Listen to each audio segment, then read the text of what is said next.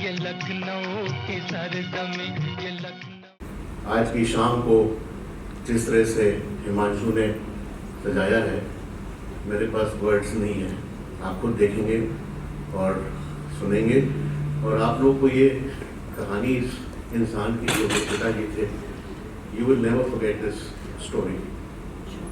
तो यूं मुशफ़िक़ुज़्ज़मा साहब ही वो पहले शख्स थे जिन्होंने ये पहचाना कि बाबू में आलमी सतह का खिलाड़ी बनने की पूरी सलाहियत है, और उन्होंने ही पहली बार केडी सिंह बाबू से राइट इन पर खेलने को कहा।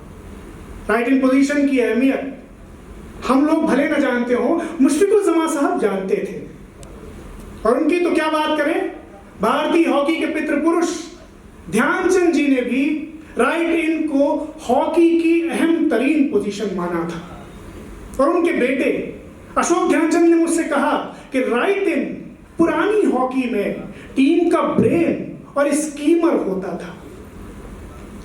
गरज के बाबू साहब मुशफ़िक़ुज़्ज़मा साहब से मिलने के बाद राइट इन पोजीशन पर खेलने लगे, और मुशफ़िक़ साहब ने बाबू साहब के खेल को निखारना शुरू किया, और इस कदर निखारा कि बाबू का खेल आसपास के सारे इलाकों में मशहूर हो गया। 1938 वो साल था जब केडी सिंह बाबू अपनी पहली नेशनल लेवल की चैंपियनशिप खेलने दिल्ली गए। चैंपियनशिप का नाम था ट्रेडर्स कप चैंपियनशिप। बाबू साहब लखनऊ की एक आम सी team Lucknow young men's association LYA की तरफ से खेल रहे थे, और उनका पहला ही मुकाबला, सबसे पहला मुकाबला मानवदार 11 नाम की धुरंधर नेशनल टीम से पड़ा। जो लोग हॉकी की तारीख से वाकिफ हैं वो ये जानते होंगे कि उस जमाने में मानवदार का क्या रुतबा था। तो मानवदार की टीम यूं तो काफी सितारों से सजी हुई थी, मगर इनमें सबसे खास थे Olympic full back Mohammad Hussain, जो 2 ओलंपिक खेल चुके थे। और उस जमाने में उनकी शोहरत ऐसी थी कि उन्हें चीन की दीवार कहा जाता था, क्योंकि मोहम्मद हुसैन साहब से गेंद छीनना, उन्हें चकमा देना नामुमकिन था। हिकमत अमली तैयार करेगा, अपनी मंसूबाबंदी बनाएगा। मुशफ़िक़ साहब बोले, यही तो मैं नहीं चाहता। मैं नहीं चाहता कि मेरा शागिर्द मोहम्मद हुसैन की अजमत के साये में खेले। मैं अपने शागिर्द को जानता हूं, मैं चाहता हूं कि वो अपना फितरी खेल खेले, मोहम्मद हुसैन से बेपरवाह होकर, बेनियाज होकर। और अगर बाबू अपने रंग में खेल गया तो मोहम्मद हुसैन को धूल चटा देगा।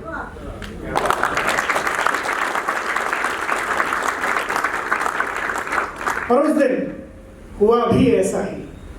बाबू ने ऐसा जबरदस्त खेल दिखाया कि मानवदार 11 की हिम्मत ही टूट गई, और खुद मोहम्मद हुसैन, जिनके नाम का इतना चर्चा था, वो बाबू के सामने बेबस से नजर आए। बाबू ने 16 साल की उम्र में Olympic full back Mohammad Hussain के दाएं से बाएं से, बाएं से दाएं से, आगे से पीछे से जबरदस्त ड्रिबलिंग की। ड्रिबलिंग पर जोश से मचल जाते थे। मैदान पर 2 बार तो मोहम्मद हुसैन बाबू को रोकने के चक्कर में पूरी तरह गिर गए, और फिर जैसे ही आखिरी सीटी बजी, फाइनल विसिल, तो ऑडियंस ने फर्द मसरत से पागल होकर मैदान में कूदकर 16 साल के केडी सिंह बाबू को अपने कंधों पर उठा लिया और मोहम्मद हुसैन को भूल खाया। ये एक अनहोना वाकया था। किसी को यकीन नहीं हो रहा था कि 16 साल का एक आम सा लड़का मोहम्मद हुसैन को इस कदर छका सकता है। मैच खत्म होने के बाद मुशफ़िक़ुज़्ज़मा साहब ने बाबू से कहा कि वो फुल बैक खिलाड़ी जिसे तुमने छका के निढाल कर दिया, पता है बाबू वो कौन था? वो Olympic full back Mohammad Hussain थे, चीन की दीवार मोहम्मद हुसैन। तुमने ऐसा कैसे किया? बाबू ने मासूमियत से जवाब दिया, ओलंपियन होंगे मगर उन्हें हॉकी खेलना नहीं आता। आसमां को निशाना करते हैं, आसमां को निशाना करते हैं, तीर रखते हैं जब कमान में हम। इसके तुरंत बाद, इस कारनामे के बाद बाबू की शोहरत पूरे हिंदुस्तान में ऐसी फैली कि हॉकी सीखने वाला, खेलने वाला, देखने वाला हर कोई शख्स उनसे मिलने का मुतमन्नी रहा करता था। सबको यकीन था कि केडी सिंह बाबू अगले ओलंपिक की टीम में, नेशनल टीम में जरूर होंगे। मगर तभी कुछ ऐसा हुआ कि सब कुछ बिल्कुल अंधेरे में पड़ गया। दूसरी जंग अजीम शुरू हो गई थी, विश्व युद्ध शुरू हो गया था और 40 तो क्या 44 का ओलंपिक भी जंग अजीम की भेंट चढ़ गया था। 8 साल, किसी खिलाड़ी के जीवन में 8 साल बहुत लंबा वक्फा होता है। सबसे बड़ी चुनौती तो होती है अपने अंदर खेल की तहरीक को जिंदा रखना, खेल की मोटिवेशन को जिंदा रखना। इन 8 सालों में जाने कितने खिलाड़ी हॉकी को किनारे रखकर रिटायर हो गए, मगर बाबू अपनी मंजिल को निगाह पर रखे हुए थे, इंतजार करते रहे, खुद को निखारते रहे, संवारते रहे साल हा साल। और फिर 1945 में जब जंग अजीम खत्म हो गई तो बाबू ने एक बार फिर ओलंपिक को निगाह में लाया। मगर इससे पहले कि बाबू ओलंपिक का अपना सफर शुरू करते, एक और मुसीबत आ गई। हुआ ये कि 1946 में यूनिवर्सिटी हॉकी मीट होने वाली थी और केडी सिंह बाबू लखनऊ यूनिवर्सिटी की हॉकी टीम के स्टार खिलाड़ी थे। उन्हीं की बदौलत लखनऊ यूनिवर्सिटी ने पिछली हॉकी मीट जीती थी और इस बार भी उन्हीं से सबसे ज्यादा उम्मीदें थी। मगर इस बार हॉकी मीट और शिकार की तारीख आपस में टकरा गई।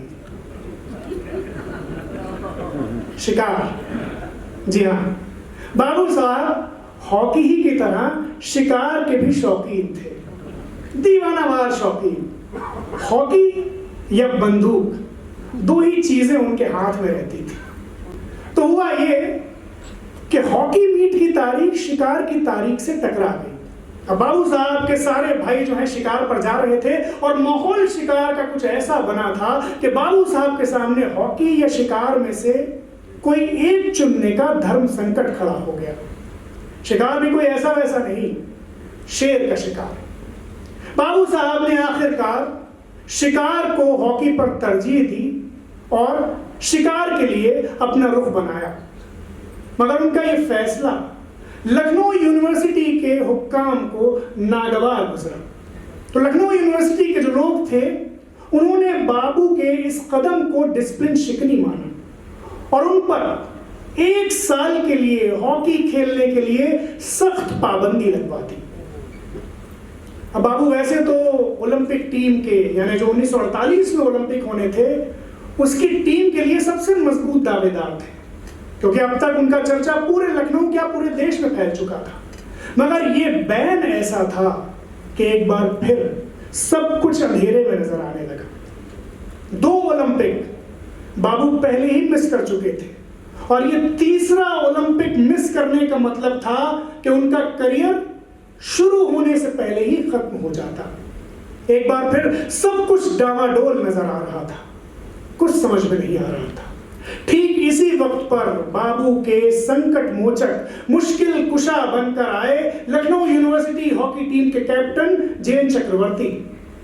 उन्होंने बाबू साहब को एक अनमोल, एक कीमती सुझाव दिया। उनसे कहा कि वह एलवाईए छोड़कर बंगाली यंग मेंस एसोसिएशन की टीम ज्वाइन कर लें। इस टीम के जो पेट्रन हैं, जो सरपरस्त हैं, वो हैं डॉक्टर AC चैटर्जी। वो IHF के बड़े ओहदेदार हैं, बाबू के मद्दाह हैं और हॉकी के मामलों में उनकी बात कोई नहीं काटता। वो सिफारिश करेंगे तो बैन हट जाएगा। बाबू ने ऐसा ही किया, एलवाईए की टीम छोड़ दी, बंगाली टीम ज्वाइन की और चटर्जी साहब ने उन पर से बैन हटवा दिया। और इस तरह से एक बासलाहियत खिलाड़ी का करियर तबाह होने से बच गया। जो तूफानों में पलते जा रहे हैं जो तूफानों में पलते जा रहे हैं वही दुनिया बदलते जा रहे हैं। बाबू जो गए तो ऐसा लगा कि पूरे दौरे को समेटकर अपने पास ही रख लिया।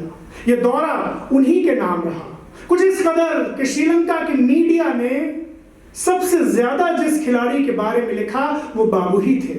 और लिखा भी क्या, ऐसा लिखा कि बाबू ने हॉकी स्टिक का गैर मामूली जादू दिखाया और जब जब वो खेलते थे नाजरीन का ध्यान बार बार ध्यानचंद की तरफ जाता था।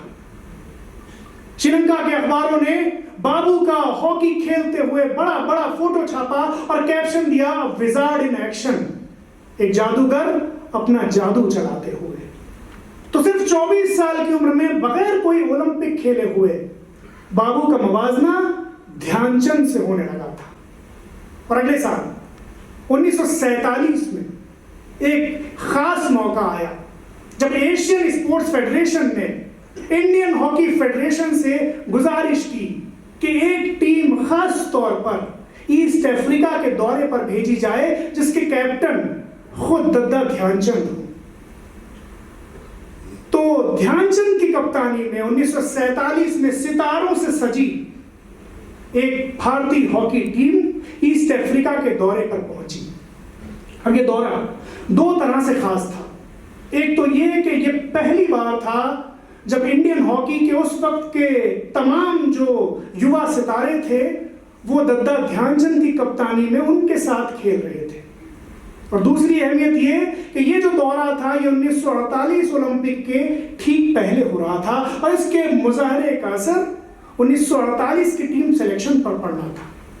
हुआ भी ऐसा ही, इस टीम के 9 खिलाड़ी 1948 का ओलंपिक खेले और ईस्ट अफ्रीका का ये दौरा भारतीय टीम के लिए जितना खास रहा उससे भी खास रहा बाबू साहब के लिए।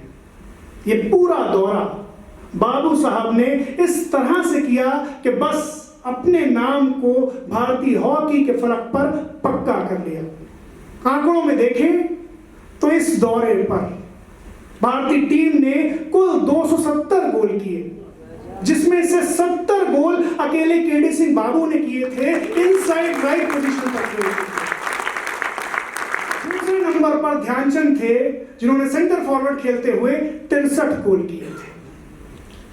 तो इस तरह से जब बाबू साहब ने ईस्ट अफ्रीका का ये दौरा कर लिया तो एक तरह से अपने नाम को पक्का कर लिया और 1948 की टीम जब चुनी गई तो बाबू इसमें शामिल थे। और ईस्ट अफ्रीका के दौरे के तुरंत बाद ध्यानचंद ने बाबू के बारे में कहा था कि इस वक्त बाबू से बेहतर इनसाइड राइट पूरी दुनिया में नहीं है। 1948 के ओलंपिक के लिए जब टीम चुनी गई तो बाबू उसमें शामिल थे। तजवीज तो उन्हें कप्तान बनाने की थी, मगर बाबू साहब जरा और ही ढंग के थे, उसूलों के इतने पक्के थे कि उन्होंने कप्तानी का ऑफर ठुकराया और ये कहा कि किशन लाल उनसे 5 साल सीनियर हैं, वो उनके अंडर खेले ये अच्छी बात नहीं है। तो बाबू के कहने पर किशन लाल को कप्तान बनाया गया और बाबू साहब को नायब कप्तान बनाया गया। पहले ही ओलंपिक में केडी सिंह बाबू भारतीय टीम के वाइस कैप्टन बने और 1948 का ये ओलंपिक बहुत खास था। शुरुआत से भारत का पल्ला भारी रहा। शुरुआत के जो 2 मैच थे ऑस्ट्रिया से और अर्जेंटीना से भारत ने बहुत आसानी से जीत लिए। अगला मैच स्पेन से था। उम्मीद तो ये थी कि ये मैच भी भारत आसानी से जीत लेगा, मगर यहां थोड़ी सी मुश्किल आई। भारत हालांकि 2-0 से आगे चल रहा था, मगर स्पेन के खिलाड़ी अब बिल्कुल एहतियात से खेल रहे थे और जैसे तय कर चुके थे कि अब गोल का मार्जिन बढ़ने नहीं देंगे, घटा कर ही दम देंगे। बहुत देर से टक्कर कांटे की फंसी हुई थी कि तभी बाबू साहब ने गेंद को अपने साथ लिया और बर्फ रफ्तारी के साथ ड्रिबलिंग करते हुए सीधा स्ट्राइकिंग सर्किल के करीब पहुंच गए। अब स्पेन को यह लगा कि एक और गोल बस होने ही वाला है, लिहाजा स्पेन के 7 खिलाड़ी एक घेरा बनाकर बाबू साहब के चारों ओर खड़े हो गए और बाकी खिलाड़ियों की पूरी तवज्जो भी बाबू साहब के ही इर्द गिर्द थी। और बाबू साहब 7 स्पेनी खिलाड़ियों के बीच अपनी ड्रिबलिंग का कौशल दिखा रहे। बहुत देर तक बाबू साहब अपने कौशल से उन 7 खिलाड़ियों को छकाते रहे, गेंद अपने पास रखे रहे, चकमा देते रहे, और जब उन्हें लगा कि वक्त पूरा होने वाला है तो मुस्कुराते हुए एक अदा के साथ बाबू साहब ने मैक्सी वास को एक पिन पॉइंट पास दे दिया। उन्हें उम्मीद थी कि अब तो तवज्जो उनकी तरफ से हट जाएगी, मगर बाबू की दहशत ऐसी थी कि स्पेन के खिलाड़ी अब भी पूरा ध्यान बाबू साहब पर ही लगाए हुए थे, और ऐसा लग रहा था कि जैसे पूरी की पूरी टीम सिर्फ एक खिलाड़ी को रोकने के लिए जद्दोजहद कर रही है और ये एक अकेला सबसे मोर्चा लिए पड़ा है। कि तभी फाइनल विसिल बजी और भारत ये मैच जीत गया, सेमीफाइनल में पहुंच। हेलसिंकी ओलंपिक इस बार भी कहा जा रहा था कि भारतीय टीम की दावेदारी जरा कमजोर है क्योंकि टीम कमजोर है। मौसम भी हेलसिंकी का भारतीय खिलाड़ियों के खिलाफ था, मगर बाबू साहब जब टीम लेके पहुंचे तो शुरू से आखिर तक शानदार खेल दिखाया और फाइनल में हॉलैंड को 6-1 से हराया। इन 6 गोलों में 5 गोल अकेले बलबीर सिंह सीनियर ने किए थे, मगर इन 5 गोल में 3 गोल बलबीर के इन 5 गोलों में 3 गोल बाबू साहब की बेहतरीन ड्रिबलिंग और उन्हीं के पिन पॉइंट पास पर किए गए थे, और खुद 1 गोल बाबू साहब ने किया था।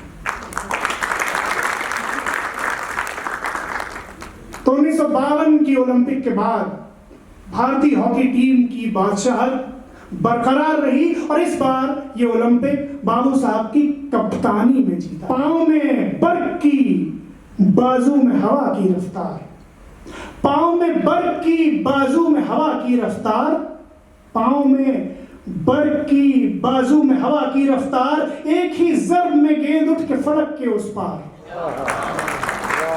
पांव में बर्फ की बाजू में हवा की रफ्तार, एक ही जर्ब में गेंद उठ के फलक के उस पार। मरहला खेल में होता ही न था कुछ दुश्वार, दूसरा कौन था खेल में ऐसा तैयार, खेल ही खेल में होता था वो जादू साहब, दूसरा कौन है कहिए जिसे बाबू साहब।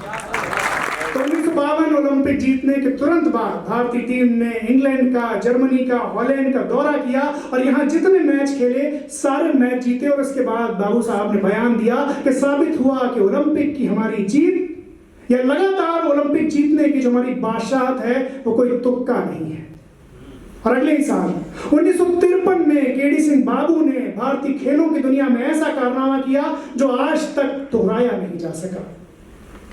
1953 में अमेरिका के हेम्स फाउंडेशन की तरफ से केडी सिंह बाबू को हेम्स ट्रॉफी दी गई। दुनिया के सबसे अच्छे हॉकी खिलाड़ी, वर्ल्ड के बेस्ट हॉकी प्लेयर और एशिया के सबसे अच्छे खिलाड़ी के बतौर बाबू साहब का रिकॉर्ड आज तक बरकरार है। 1955 में केडी सिंह बाबू दिल्ली वॉन्डरर्स की टीम के साथ न्यूजीलैंड के दौरे, और इस दौरे में बाबू साहब ने जो खेल दिखाया तो उसी खेल पर न्यूजीलैंड के साबिक कप्तान सीवी वॉल्टर ने अपने 2 मशहूर जमाना आर्टिकल लिखे। पहला आर्टिकल जो आप में से ज्यादातर लोग जिसके टाइटल से वाकिफ हैं, जो बाबू साहब के लिए आपको लिखा हुआ दिख जाता है, यहाँ भी लिखा हुआ है, बाबू's dribbling is poetry in motion। बाबू की ड्रिबलिंग शायरी की तरह है, गति में शायरी की तरह। मैं ये भी सोच रहा था कि देखिए सीवी वॉल्टर को बाबू की ड्रिबलिंग की भी कोई उपमा अगर देनी थी तो वो शायरी की पनाह में गए। 58 के एशियाई खेलों में हिंदुस्तान फाइनल में पाकिस्तान से हार गया। तब एक बार फिर अखबारों में बाबू बाबू की आवाज आई, मगर बाबू तब तक किसी और ही मंजिल पर थे, किसी और ही रास्ते पर निकल चुके थे। 1960 में भारत की बादशाहत का सिलसिला टूटा और भारत एक बार फिर पाकिस्तान से फाइनल में हार गया। बाबू साहब अब दूसरी पारी की शुरुआत कर चुके थे कोच के बतौर, और बाबू दुनिया के उन चुनिंदा खिलाड़ियों में से एक हैं जिनकी दोनों पारियां एक जैसी शानदार रही। वो जितने महान खिलाड़ी थे, जितने बड़े प्लेयर थे, उतने ही महान, उतने ही बड़े कोच भी साबित हुए। अशोक ध्यानचंद जो ध्यानचंद के बेटे हैं, उन्होंने इस दास्तान की तैयारी के दौरान मुझसे कहा कि बाबू साहब निर्विवाद रूप से इंडियन हॉकी के बेस्ट कोच थे। कहते हैं अशोक साहब के, मुझे याद है हमारा कैंप चल रहा था, बाबू साहब कोच कर रहे थे कि उनकी मां के इंतकाल की खबर आई। बाबू साहब उनके अंतिम संस्कार के लिए गए और शाम को वापस मैदान पर मौजूद थे हमारी कोचिंग के लिए। जीत चुका था। अब जब अशोक ध्यानचंद बाबू साहब के पास पहुंचे तो बाबू साहब ने उनकी पीठ पर हाथ फेरा और अपनी जेब से 20 मार्क निकाल के दिए और कहा, जाओ इससे अपने बाप के लिए एक अच्छी टाई खरीद लेना। अशोक जी कहते हैं कि ये बाबू साहब का अपना अंदाज था खिलाड़ियों को मनाने का। तो खिलाड़ियों की आर्थिक हालत बहुत अच्छी नहीं होती थी। तमाम नामी गिरामी खिलाड़ी थे मगर आर्थिक तौर पर बहुत कमजोर थे। तो उन दिनों होता क्या था कि कुछ खिलाड़ी बाहर के क्लबों से प्रोफेशनल हॉकी खेलने के लिए चले जाते थे। भारत की हॉकी की धूम थी तो विदेशी क्लब उनके मुंतजिर रहते थे। तो एक बार अशोक ध्यानचंद के पास भी इटली के एक नामी क्लब से हॉकी खेलने का ऑफर आया और जब कॉन्ट्रैक्ट आया तो उसमें तमाम सहूलतें थी, रुपया, पैसा, तनख्वाह, गाड़ी, बंगला, सब कुछ। तो अशोक ध्यानचंद ने इटली जाने का इरादा किया और क्लब की तरफ से प्रोफेशनल हॉकी खेलने का इरादा किया। कॉन्ट्रैक्ट साइन हो गया, डॉक्यूमेंट्स बन गए और बस जाने ही वाले थे कि उससे पहले उन्होंने सोचा कि बाबू साहब को, अपने कोच को खबर कर दी जाए। तो अशोक ध्यानचंद ने एक तवील खत लिखा बाबू साहब के नाम, जिसमें पूरा कॉन्ट्रैक्ट दोहरा दिया। जवाब में बाबू साहब का एक छोटा सा खत आया, एक लाइन का। लिखा था कि तुम्हारे बाप ने कभी भारत छोड़ने की नहीं सोची, तुम्हारे मन में ये ख्याल आया कैसे?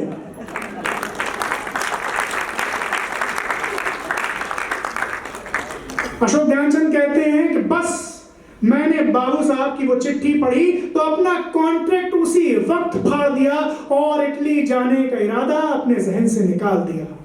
ये था केडी सिंह बाबू का अदब, ये था उनका रुतबा, ये था उनका वकार कि बाबू साहब एक बार भारत के वेटरन खिलाड़ियों की तरफ से लखनऊ में एक मैच खेल रहे थे और उनकी टीम के कप्तान थे ध्यानचंद। और वेटरन खिलाड़ियों की तरफ से बाबू साहब खेल रहे थे खास टीम के खिलाफ, उस वक्त की जो राष्ट्रीय महिला टीम थी उसके खिलाफ। अब हरविंदर सिंह कहते हैं कि बाबू साहब को गेंद से नक्शेबाजी करना अच्छा लगता था।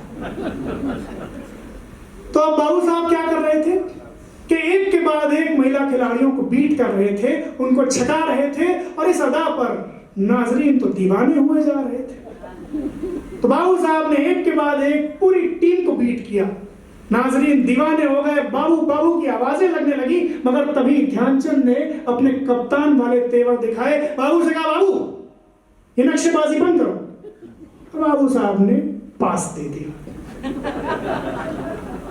तो केडी सिंह बाबू उस अजीम शख्स का नाम है जो बैक वक्त इंडियन नेशनल हॉकी टीम का कोच था, हांगकांग की नेशनल टीम का कोच था और वही अजीम खिलाड़ी, दुनिया का नंबर 1 प्लेयर, लखनऊ यूनिवर्सिटी में लड़कियों की टीम को भी सिखा रहा था।